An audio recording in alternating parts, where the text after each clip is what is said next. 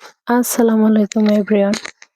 আমি আজকে রান্না করব মূলা, বেগুন অ্যান্ড শসা। আমার ছেলের জন্য শসা, বেগুন, মূলা দিয়ে একটা মিক্স কারি রান্না করব। আর আমাদের জন্য মূলা কারি অ্যান্ড বেগুন কারি রান্না করব। এগুলোতে আসার পরে তেমন একটা ১-১.৫ বছরের ভিতর মূলা খাওয়া হয়নি। আমার হাজব্যান্ড ওই দিন সব থেকে বলে একটা মূলা নিয়ে যা, আমি কত বড় মূলা, এটা ইউকের মূলা, কারণ এটা বাংলাদেশে অন্য দেশ থেকে আসছে। নিয়ে অনেকদিন তো খাইনি, কোনোদিনও খাইনি, বাংলাদেশে খেয়েছিলাম কবে না কবে, এখন নেই। তো মূলাটা কোটা বাইসা আমি সিদ্ধতে বসিয়ে দিলাম। তারপর বেগুনগুলো আবার করবো। এই বেগুনগুলাও খুব মজা, ভালো করে রান্না করলে, ভালো করে বলতে না, বেগুন যেভাবে রান্না করেন শুটকি দিয়ে রান্না করলে অনেক মজা লাগে, বিশেষ করে বড় মাছ দিয়ে রান্না করলে বেশি মজা লাগে। এই দুইটা কারি আমি রুই মাছ এবং পুঁটি মাছ দিয়ে রান্না করছি, বড় পুঁটি মাছ।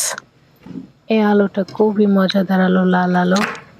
এগুলো তো প্রথম আসার পর আমি কিছু খেতাম না, তখন এই আলুটা সিদ্ধ করে করে খাইতাম।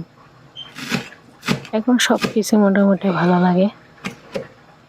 আমি সব কিছু কইটা নিয়েছি, রসুন, পেঁয়াজ, কাঁচামরিচ, ধনিয়া পাতা, এভরিথিং। এদিকে আমি রুই মাছগুলো ভালো করে ধুয়ে পালিয়ে নিয়েছি। এদিকে আবার মূলাটা সিদ্ধ হয়ে গেছে, আবার মাছগুলো দিয়ে দিলাম। মাছগুলো ভালো করে ভাজি করে ২ তরকারি রান্না করবো। ২ তরকারি একসাথে আমি বসাই দিয়েছি। ২ তরকারিকে একসাথে, যেটা আমার ছোট্ট বেশি আছে, আমি একটু তাড়াহুড়ো করতেছি। তাড়াহুড়ো করলে তাড়াতাড়ি রান্নাটা হয়ে যাবে। ওইদিকে আমার বেবিটা আবার কান্নাকাটি করতে, বাজারটা বসে একটা গাড়িতে বলার যত আছে দিয়ে দিচ্ছি।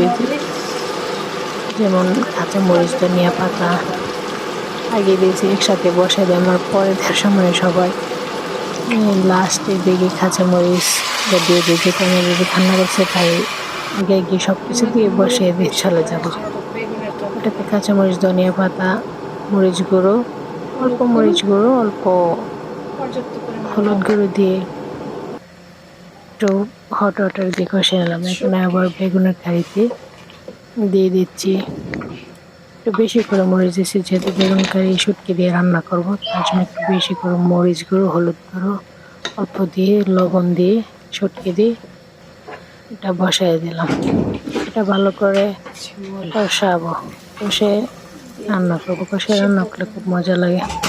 ওইদিকে মূলাটাও দিয়ে দিলাম, দিয়ে ২ টাকায় প্রায় ৫-৬ মিনিটের মতো ভালো করে কষে নেব ঢাকনা দিয়ে।